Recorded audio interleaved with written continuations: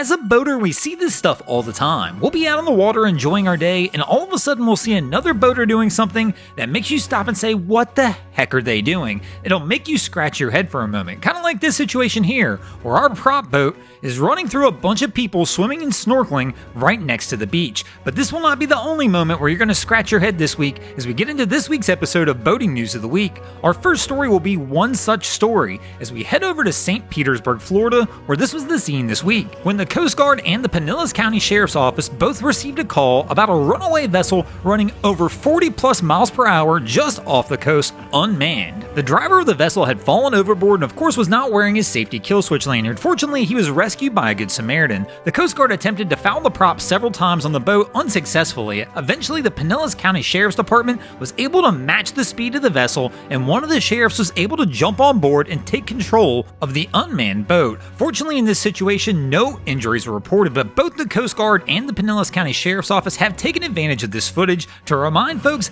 that it is the law, if your boat is equipped with a safety kill switch lanyard, for you to be wearing it at all times while the boat is in operation. Now, this law does apply to vessels that are 26 foot or under, and this boat right here is probably right on the cusp of that, but guys, if you have it on your boat, just put it on. Our next story to make the boating news this week is going to be another one of those moments that's going to make you scratch your head, as this was a scene up in Michigan this past week, when this video is captured at the dramatic moment when a couple pulls up on a Baja that's on fire in West Grand Traverse Bay, with the crew still on board. The family quickly tells the guys it's too late, get off the boat. You guys want to jump out right now? Jump out right now!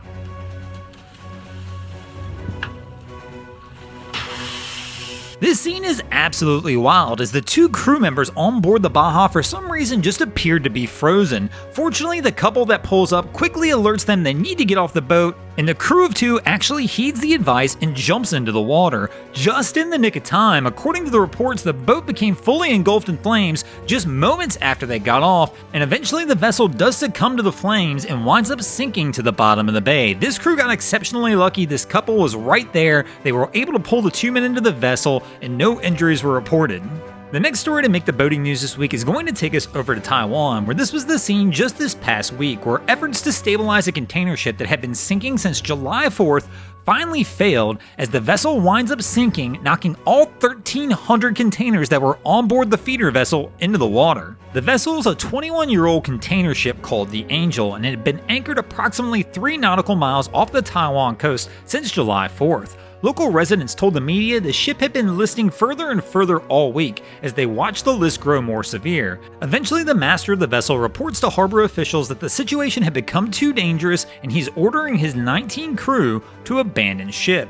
The crew was transferred to shore while salvage efforts sought to try and stabilize the vessel. Reports indicate that a plan to possibly tow the ship to shallow waters was actually rejected due to fears of an oil leak and the increased instability of the vessel due to the list. Unfortunately, before crews could come up with an actual salvage plan, the vessel winds up sinking, dumping all 1,300 containers into the water. The port authorities currently working with the Coast Guard, and they're monitoring the area around the sunken ship, as the vessel is reported to be carrying 500 tons of low sulfur fuel and light diesel on board. Crews have already strung oil containment booms around the vessel, but they're also issuing warning to mariners in the area to be on the lookout. With 1,300 containers in the water, it's going to take quite some time for crews to try and wrangle all these back up. Port officials did wind up having to suspend entrance into the harbor while they tried to get everything back together. And on top of that, officials in southern coastal towns were also issuing warnings to people in the fishing industry and the shipping industry to be on the lookout, as it was likely some of these containers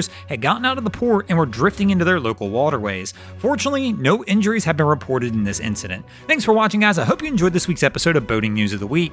If you ever see anything crazy happening out on your waterways, be sure to hit us up on Facebook or Instagram and let us know, and you might see your stories over here. Just like Daniel Brewer, Nathan Greenwood, and Mean Hawaii did this week. And if you guys haven't already, go ahead and drop an anchor on the subscribe button here.